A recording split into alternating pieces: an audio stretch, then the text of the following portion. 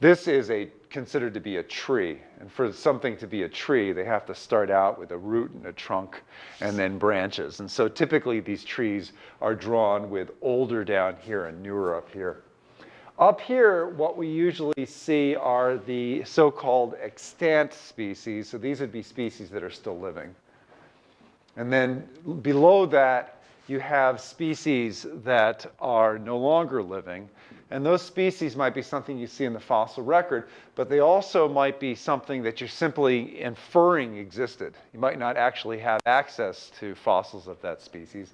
And in fact, in most cases, that might be the case. Usually when you're looking at the fossil record, you'll see something that is an approximation of what an ancestral species might have looked like, but won't be the ancestral species itself. So these two species, these two dots, share some species down here. So there is a speciation event that occurred right here, where you have a divergence of the gene pools.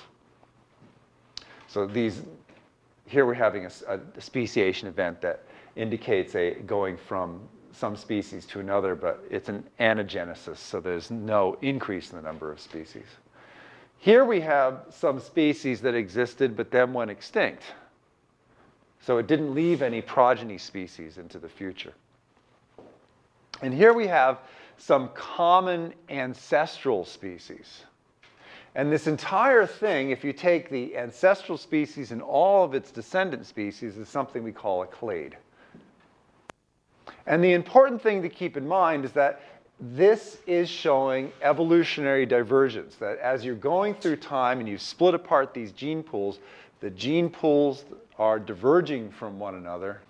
In addition, often in these things, you have lengths of lines being indicative of the divergence of populations. So the longer the line, the less similar two populations are.